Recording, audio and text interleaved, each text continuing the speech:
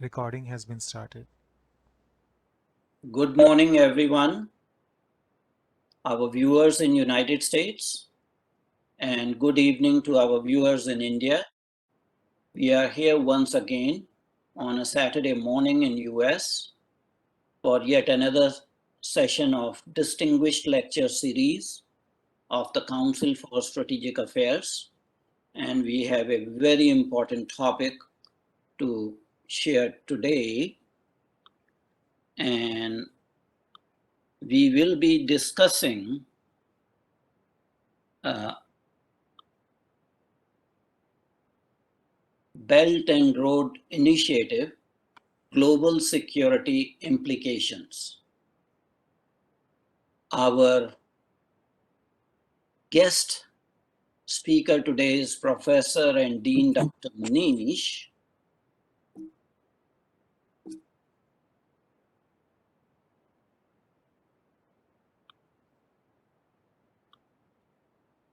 So this is the flyer that you saw for this particular program when you registered for it.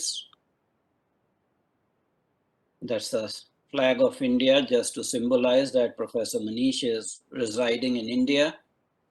A little bit about Council for Strategic Affairs. Council for Strategic Affairs imparts education in the field of international relations. CSA fosters discussion, dialogue, and debate on geopolitical issues. CSA encourages strategic studies in general to raise awareness. CSA aims to contribute towards world peace and prosperity. And finally, CSA condemns terrorism in all forms worldwide. We have several activities that include a monthly roundtable discussion. Usually the roundtable discussion is held on second Monday of each month at 8 p.m. Eastern Day Time, that is New York time. We have a monthly guest lecture by a domain expert that we are holding today. CSA also organizes symposia, meetings, and conferences, and CSA promotes publication of articles on geopolitics and related subjects. So we are honored to have our distinguished speaker, Professor and Dean, Dr. Manish. Like Madonna, like Cher, and like myself, Professor and Dean Dr. Manish goes by a single name, which may be very unusual for our viewers in United States, but it is very common in India for people to go by a single name. Professor and Dean Dr. Manish works at School of International Studies. He's also departmental chairman at Central University of Gujarat in Gandhinagar, Gujarat.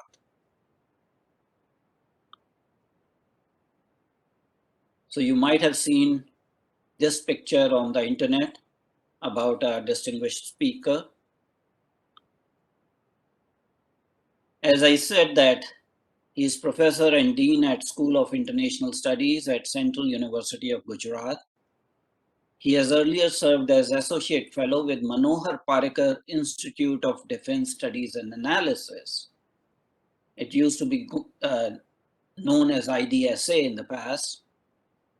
From March 2012 until October 2017, he was head of the Department of International Relations at Sikkim University in Gangtok in Sikkim, India. He holds a number of honorary positions. I will name just a few. He is member of the advisory board at Atal Bihari Vajpayee Institute of Policy Research and International Studies at Maharaja Sayaji Rao University of Baroda in Gujarat, India. He is a visiting faculty at Naval War College in Goa, India. He is a member of Board of Studies of the School of Foreign Affairs, Languages and Political Economy at Rashtriya Raksha University in Gujarat, India. Professor Manish is an MA, an MPhil and PhD from the School of International Studies from the famous Jawaharlal Nehru University in New Delhi. His areas of interest include foreign policy and strategic security aspects. His publications include book titled Jihadis in Jammu and Kashmir, a portrait gallery, published by Sage Publication, and a very important book on the Belt and Road Initiative Implications for India, published by Pentagon Press. A little bit on BRI, just as an introduction. Belt and Road Initiative was started by China under the leader of Xi Jinping in 2013. At that time, it was not named as BRI, it was named as OBOR, One Belt, One Road. And down the line, there was intellectual opposition from various quarters that this is a unidimensional view of the world. With Chinese hegemony, when you say one belt and one road, implying thereby that there cannot be any other road or any other belt. Also, I know that some people had frivolously called it not OBOR, but ODOR, ODOR, one debt, one road, because China was entrapping other countries in debt. So finally, they changed the name from One Belt, One Road to Belt and Road Initiative. I'll review some of the CSA housekeeping rules. Please mute yourself to avoid noise interference. Please change your cell phone setting to vibration mode. Please do not interrupt our esteemed speaker while he is speaking. Only members of audience who identify themselves openly will be allowed to ask questions. So we don't encourage any anonymous questioners. Kindly send all your questions by the chat function. Please be precise and specific in asking questions. Please do not send comments in the form of a monologue. We are recording the event and it will be available later on our YouTube channel. So with that introduction, I'm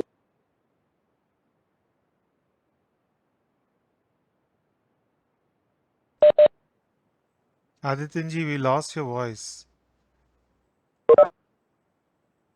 somehow unmuted. So I invite Professor and Dean, Dr. Manish, to speak on today's topic, Belt and Road Initiative, Global Security Implications. Professor Manish.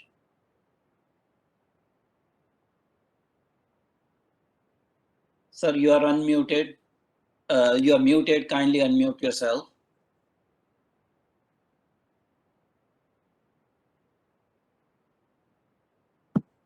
Thank you, sir, for the very, very kind introduction. And it's indeed a pleasure for me to be part of this great initiative which you have started, uh, in a sense that we are able to interact with the American audience as well as the Indian audience on some very, very critical, say, issues of strategic importance. Uh, Before I start my lecture, let me also uh, just highlight this fact that we had very recently done a project on the Belt and Road Initiative, which is now published in form of a book.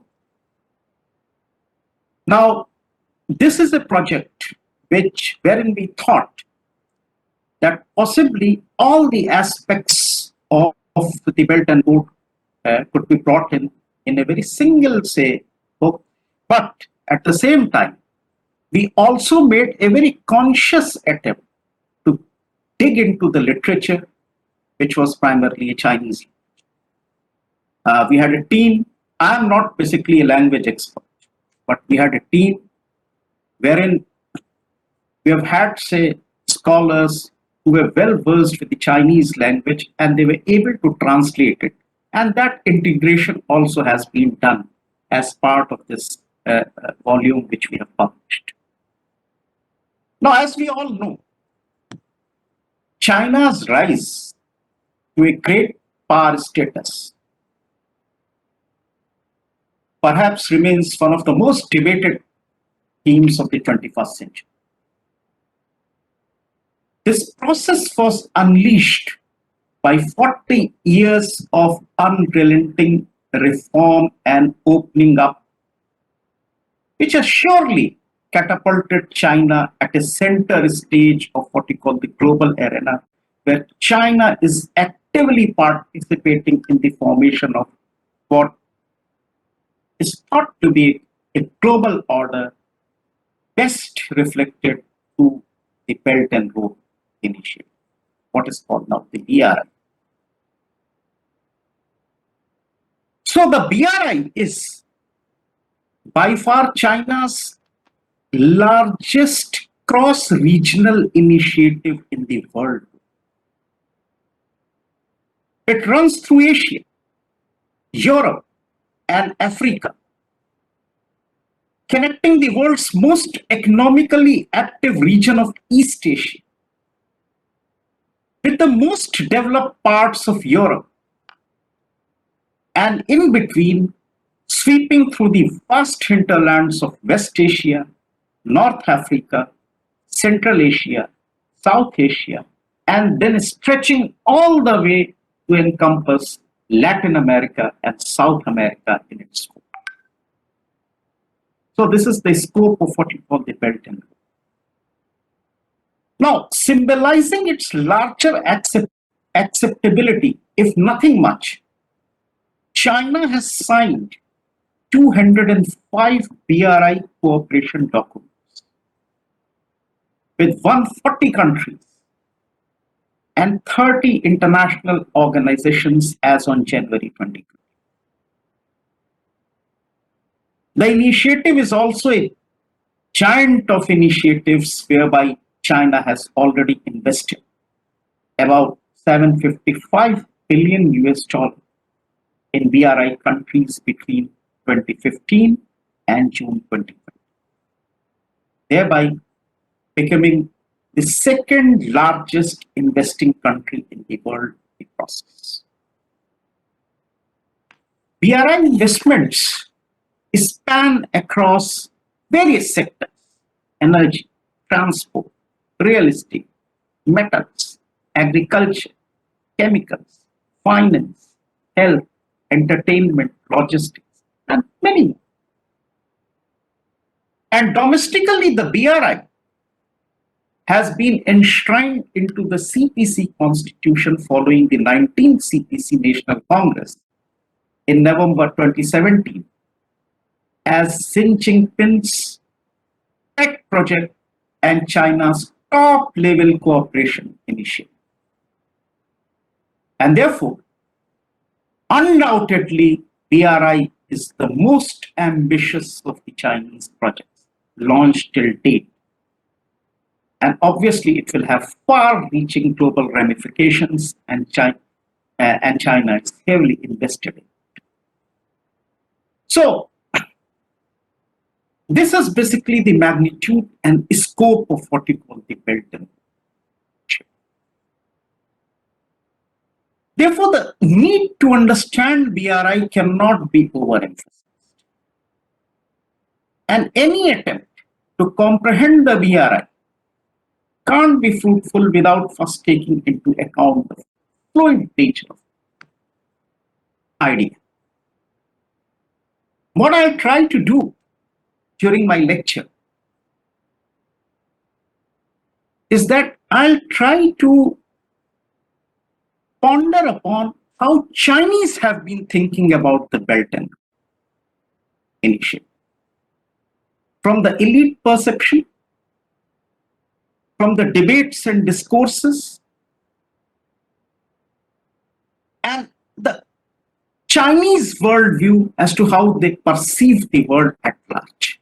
So this is basically what I intend to do during the course of our presentation. Let me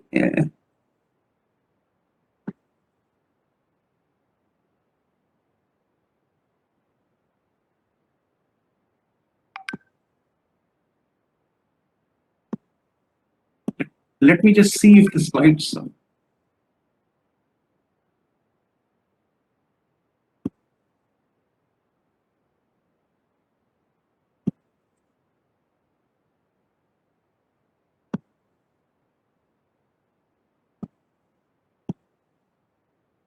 You are on the last slide. Yeah. That's what actually it's got stuck.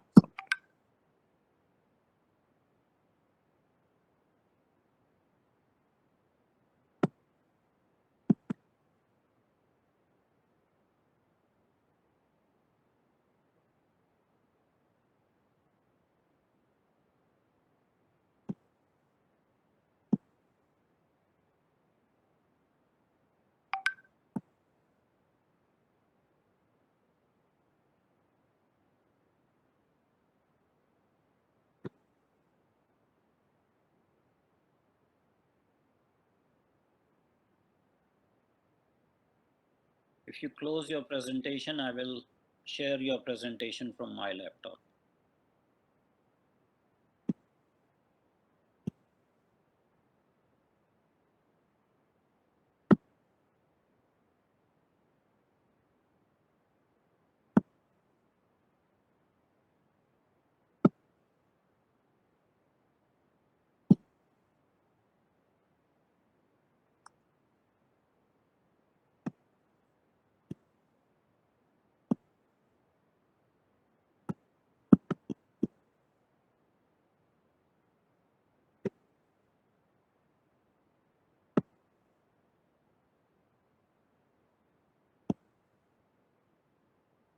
I think somewhere it just got stuck. So let me just continue with the lecture.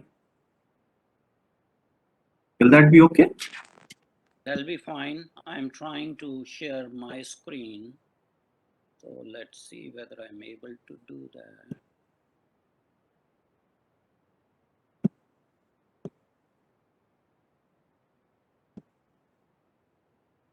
Yeah. Just one second. I think it's done.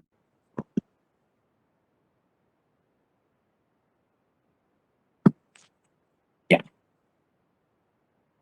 Can you see the slides now? Yes, we can see the slides now. Right. So what I'll try to do is I'll just go into the history.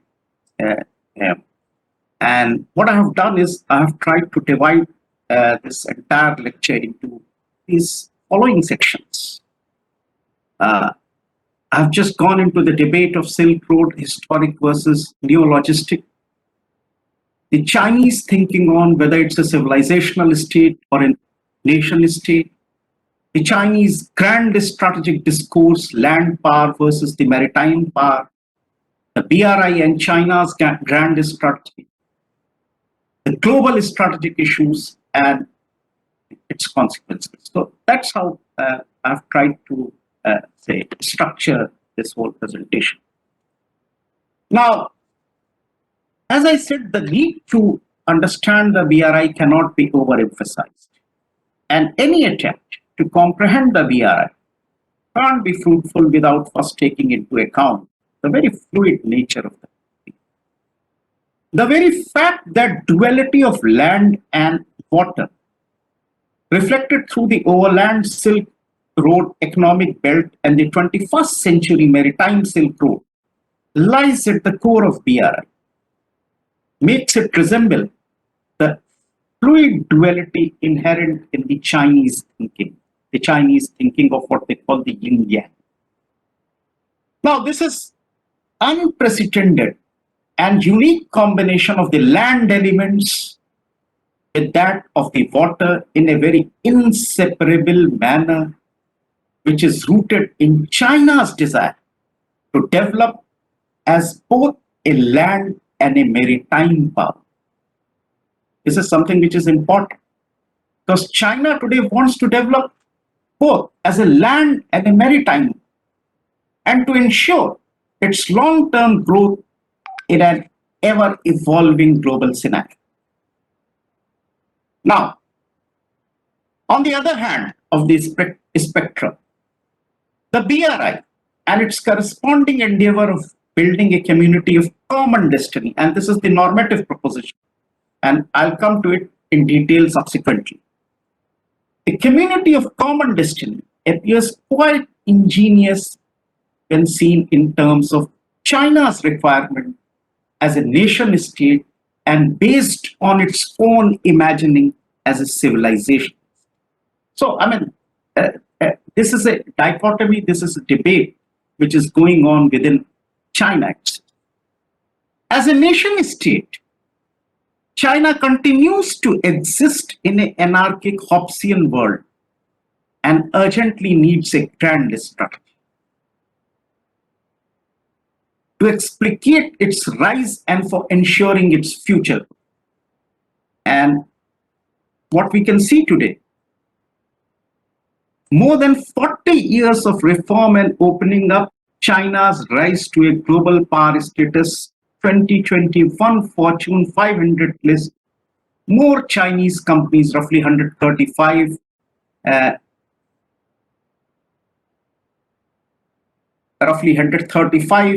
than, say, the US, which is 122. So this actually explains uh, what China is looking for more as a sort of a nation state.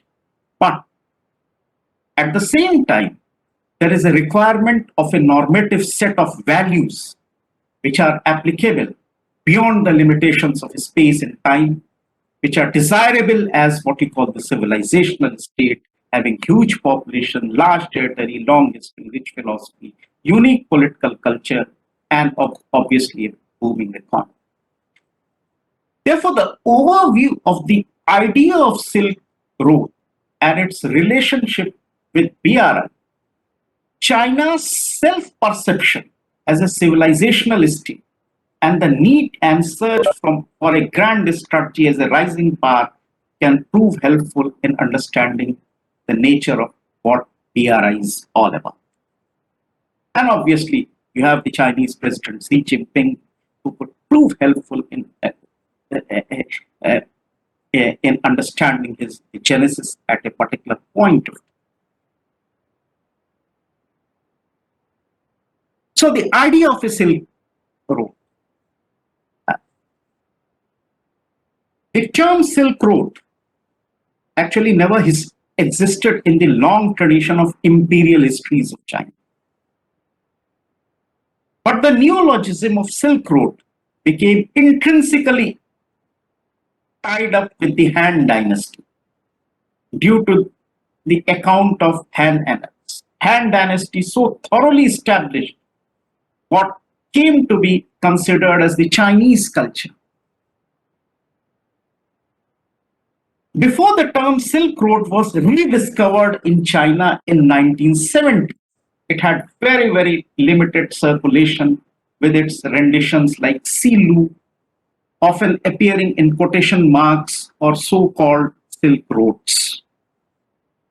But much on the same lines as today, when China feels the need to tell the China story well to the world to spread the Chinese voice, to showcase the real multifaceted China and to improve China's soft power and culture, that a China embarking on the process of reform and opening up in 1978 felt the need to project itself to the world. Significance of BRI flows from two things.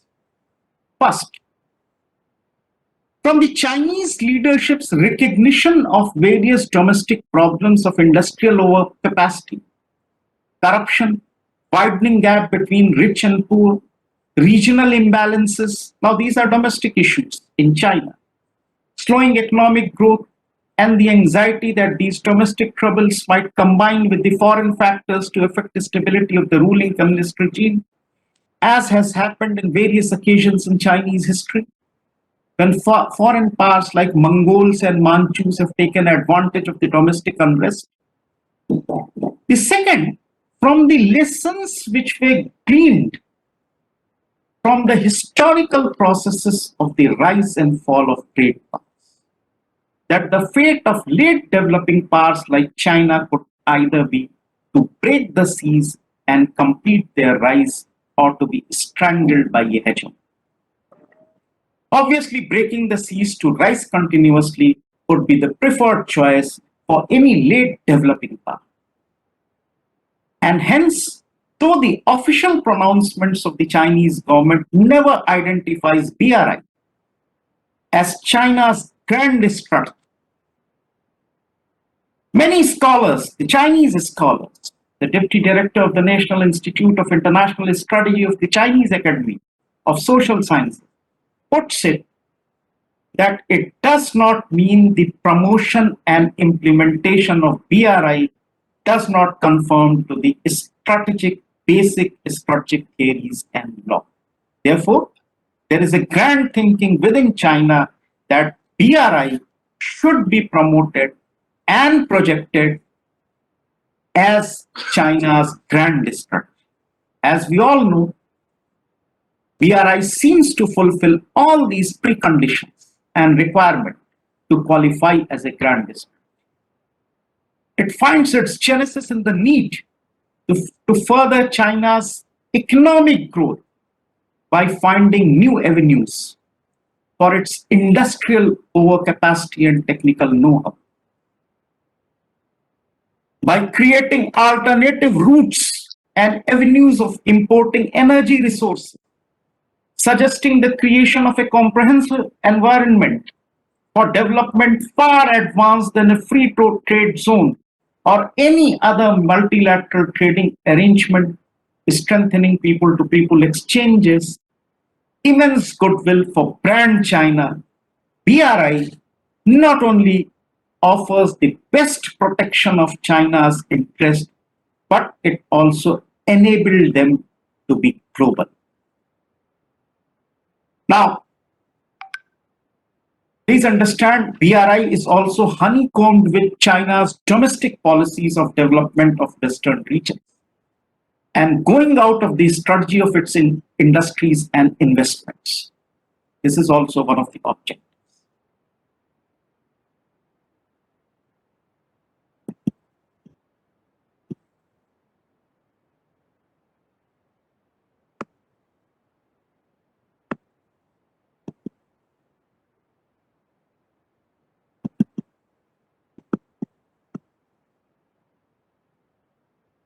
Now, having said that, there are a lot of geopolitical issues which are actually, say, linked to what you call the BRI. Obviously, it's a new geopolitics of a global infrastructure. The OECD report actually says that China's Belt and Road Initiative in the global trade and investment landscape says that there is a growing global infrastructure investment deficit. And much of the global investment deficit covers key connectivity sectors important to BRI, such as transportation, energy, water, and telecommunication. BRI could definitely play a role in fulfilling these needs. However, please understand that according to a study, and this is a very, very recent 2021 study, which is titled Banking on Coal, Drivers of Demand for Chinese Overseas Investment in Coal in Bangladesh, India, Indonesia, and Vietnam. 9 out of the top 10 recipients of Chinese investments in coal-fired power plants are members of the China's BRI. Now, Western institutions, the Bretton institutions such as the World Bank and limited membership forums such as the OECD have put in place rules limiting international public finance to build new coal-fired power plants. Now, China has not openly contested these norms. Please understand this. And in some cases, it has partially embraced them. But China is estimated to be building or supporting construction of roughly 700 such coal-fired power plants. Now, China's financing of these projects is inconsistent with Article 2.1 of 2015 Paris Agreement of Greening Financial. This is one of the very important, say, spin-offs of the when we talk in terms of the geopolitics of global infrastructure. Then there are issues related to global trade, investment, finance. There is a debate between transparency versus the debt trap. The extent of investments in economies that are below investment grade, or in some cases not rated at all, for example, Pakistan. Debt associated with these economies could prove to be more problematic for Chinese lenders in the future. But nonetheless, it's also the BRI is also the extension and consolidation of China's global interest. An ever expanding definition of China's interest today, China is world's largest trading partner, dependent on an outside world for its energy needs and advanced. China is far from technological sufficiency and remains dependent on foreign technologies and market access, especially in certain key technologies like, I can just mention, say, semiconductors, which will be crucial to the development of other advanced industrial sectors. And that's the reason behind the Chinese president's assertion regarding achieving self-sufficiency in certain key advanced technologies. There is a huge gap when it comes to technology between the Western powers and the Chinese. But China is trying to narrow this. China is narrowing power gap with the US. And China is rapidly narrowing the gap with the US, being a front runner in technologies like artificial intelligence, 5G, IoTs.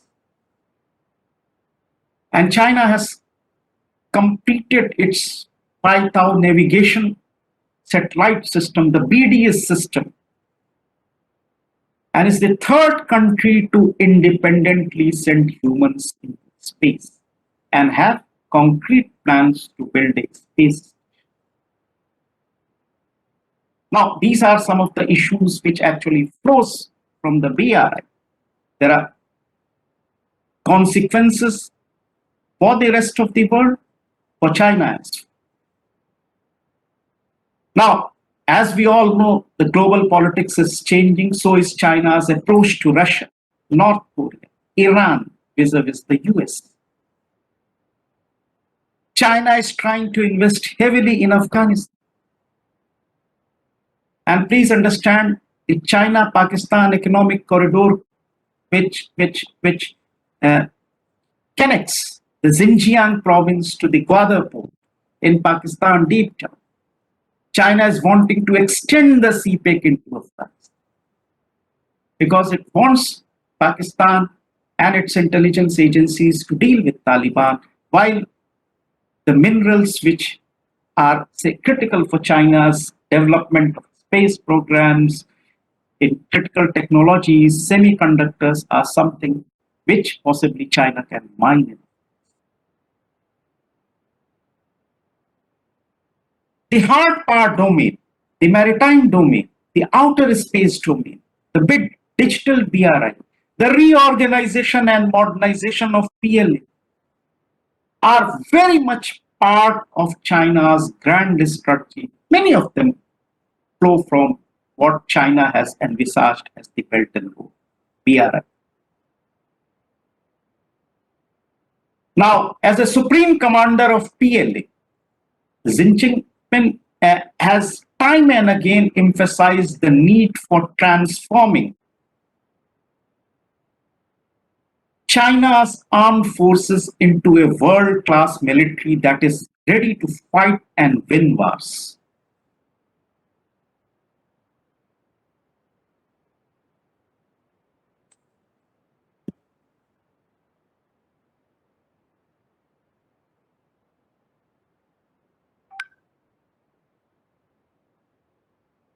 So transforming Chinese armed forces into a world-class military that is ready to fight and win wars. And since the 18th century, since the 18th CPC National Congress, which was held in 2012, China has put forward the goal of building a very strong military and fight to win wars. A series of major structural reforms have been made, which include the establishment of PLA Army General Command, the PLA Rocket Force, and the PLA Strategic Support Force. The four general departments were recognized into 15 agencies of the Central Military Commission, and five theater commands have been replaced, have replaced the seven military area commands. So this is part of the modernization of the Chinese army. They're trying to transform. The CMC under Jinping has taken charge of the overall military administration. While theater commands focus on operations and different services on troop deployment. China's first indigenously produced aircraft carrier was commissioned into PLA Navy fleet in December 2019, just after being launched in 2017. While it has been widely reported that the Type 3 and the Type 4 are also under construction. And today, Chinese PLA Navy expedition groups are regularly sailing across the Indo-Pacific theater to gain crucial operational experience and China's growing assertiveness in what we call the South China Sea. China is also investing into foreign military bases, Djibouti, Myanmar, the Great Cocoa Islands, Tajikistan, military post in the southeastern site, and a series of dual-use infrastructure like the Gwadar port, the Hambantota port, and so on. Chinese are also wanting to enter into the Polar Silk Route. The Chinese have interest in the North and South Pole. And therefore, one should be asking this question as to what are the consequences of all these developments which are happening across. Firstly, on the economic front, there are a lot of non-transparent deals and agreements, primarily driven by elite decision-making in China, that the appreciation of the need of the local communities are not taken into account. So, I mean, a lot of these deals are happening as part of PR. China is on a acquisition spree all across over the world. And therefore, there is a subsequent pushback also against the Chinese investments. There is also a growing skepticism regarding Chinese geostrategic and military ambitions, particularly in the South China Sea and also the China-Pakistan economic corridor. And obviously, there is a consolidation of land routes to Eurasia and undermining the US maritime hegemony. So I think these are some of the consequences possibly on which the US will have to ponder. Obviously, there are options, there are choices on which many of the big powers are working, like the Indo-Pacific theater, wherein the Americans, the Australians, the Indians are coming together. But many of these consolidation which is happening on the Eurasian side as part of the land routes are indeed undermining the US maritime hegemony also. Now the question, whether BRI, I think there are no easy answers to this particular question. Is BRI a panacea for development challenge facing the world? I think BRI remains a capital-intensive, elite-driven idea, hardly taking into consideration the needs and requirements of the local community. It's actually building of roads, bridges to boost connectivity is not always, as I always keep saying, is the best option. China's own development experience of building huge infrastructure projects has led to a large level of ghost cities and displaced communities. But will BRI be able to deliver its promises? Not sure. Will its participants really benefit from the opportunities? Obviously not. And will the BRI end up strengthening China at the cost of others? I think this is one of the serious.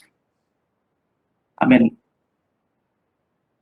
what China is looking to BRI is to create a sort of a new world order wherein China remains one of the most preponderant powers, right, challenging the existing world order, and obviously being a power which has been historically expansionist, which has been a irredentist power. I think it is one of the concerns from the rest of the group. I think with this, I'll stop here. Thank you for the very patient hearing. Thank you very much indeed, Professor Manish, for such a lucid lecture, which was very much evidence-based, factual, gave us the current picture. Some of the editorial comments, using my provocative. So number one issue is that China has never been transparent. In the history of China, there has never been any transparency. The word transparency is not a Mandarin character. Mandarin is a pictographic language, and there are characters for everything. There is no character for transparency in Mandarin language. It actually affects their way of thinking.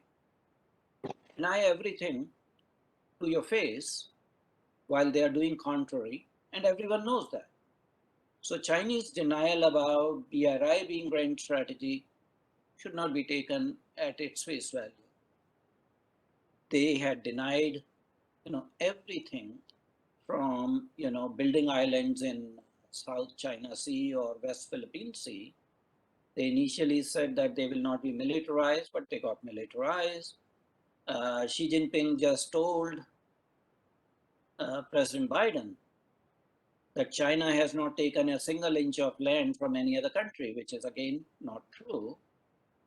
China keeps on saying that they do not have military ambitions, but they do want to become number one superpower.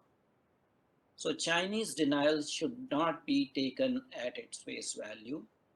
That is the mistake all of us do all the time.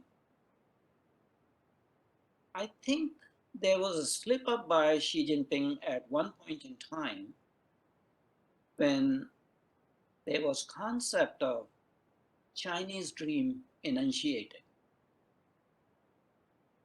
And then within a year or two of enunciating the concept of Chinese dream, Xi Jinping stopped talking about it, because that was giving impression that Chinese dream is to become the only superpower. Any comments on that? No, I think the first thing which I very much agree with you is that uh, uh, there is always this thing that we cannot believe the Chinese. What they say, what they do is something. There is a huge gap. As I said, if you go through the Chinese elite perception, I think there is a clear-cut, say, understanding in China that BRI is sort of a grand strategy. Right? They want to project themselves. They want to shape the world order. They want to be one of the preponderant powers across the globe. At the same time, they also want to be a military power as well. And we all know that China, as a hegemonic, as a irredentist power, has territorial disputes with virtually all its neighbors. I mean, its behavior in South China Sea and other parts of the world is something which does not, say, actually adheres to the basic principles of diplomacy and statecraft. So I totally agree with that proposition. Uh, uh, while there is an understanding across the globe that uh, BRI is a grand strategy. It's going to help China uh, make it a preponderant part. Yet, the world is not sure as to how to deal with China. I think that's a major dilemma in my own understanding that A, we are not sure whether we should be hedging China, whether we should be balancing China, whether we should be engaging with China. And so this is, I think, one of the major dilemmas. But yes, BRI is positioned in the way. It's Xi Jinping's idea. He wants to take it forward, wants to go down into history. So uh, to to to to uh, uh, to regain its past glory within quotes. So I think it's very much an idea to make China one of the largest powers of the world, which also means big military powers. So I have absolutely no doubts on that now. Very good. There's a question by Colonel Tripathi. Dr. Manish, is it that the world powers are innocent, simply do not understand China's well-composed approach towards word is to prove that they are clear in their ambition to be the most effective player in the world order, or they are lagging far behind to counter China? And finally, where does India stand in this checkered board of power game to compete or emerge at par with China in new emerging world order?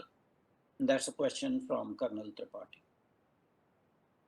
I mean, I think, as I said, the world understands China uh, from their own national security perspectives.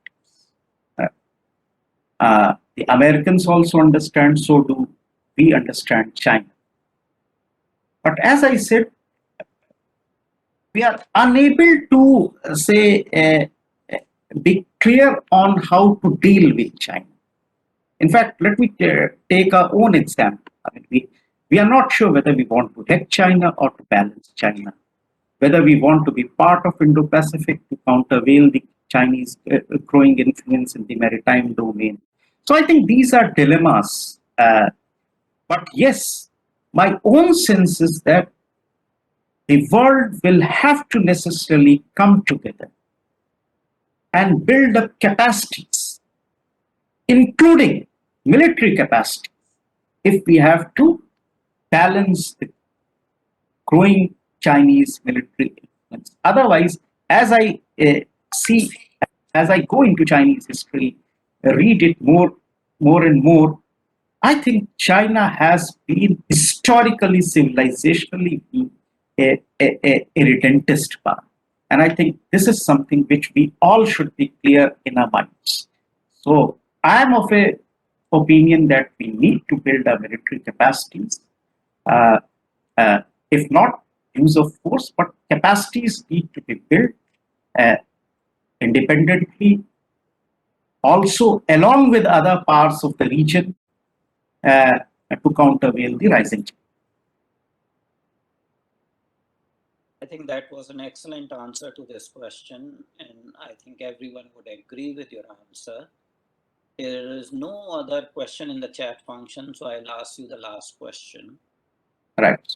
In your opinion, with Xi Jinping becoming the paramount leader and having a historical resolution passed, and with the megalomania associated with it, will he fall into what has been called by geopolitical experts as Thucydides' trap? Could be, but one is not sure as to how long he's going to. I mean, I'm personally not sure on this, but my own sense is that BRI is Xi Jinping's baby, and he wants to go down into history with the BRI. So he's putting in all his efforts for the success of BRI. That's what I can say. It was a pleasure, sir, to listen to your cogent, candid, and very lucid views on the geostrategic implications of BRI. I think I agree with all your observations that China is posing a strategic threat to pretty much everywhere in the world. And the way to deal with is not to go by Chinese pronouncements of innocence, Right. non-ambition ambitions, non-denial denials, and understand the pattern of behavior. There is a saying in United States, if it talks like a duck, if it walks like a duck, it is a duck. So if it talks like a hegemon, it walks like a hegemon, it is a hegemon whether it agrees with it or not.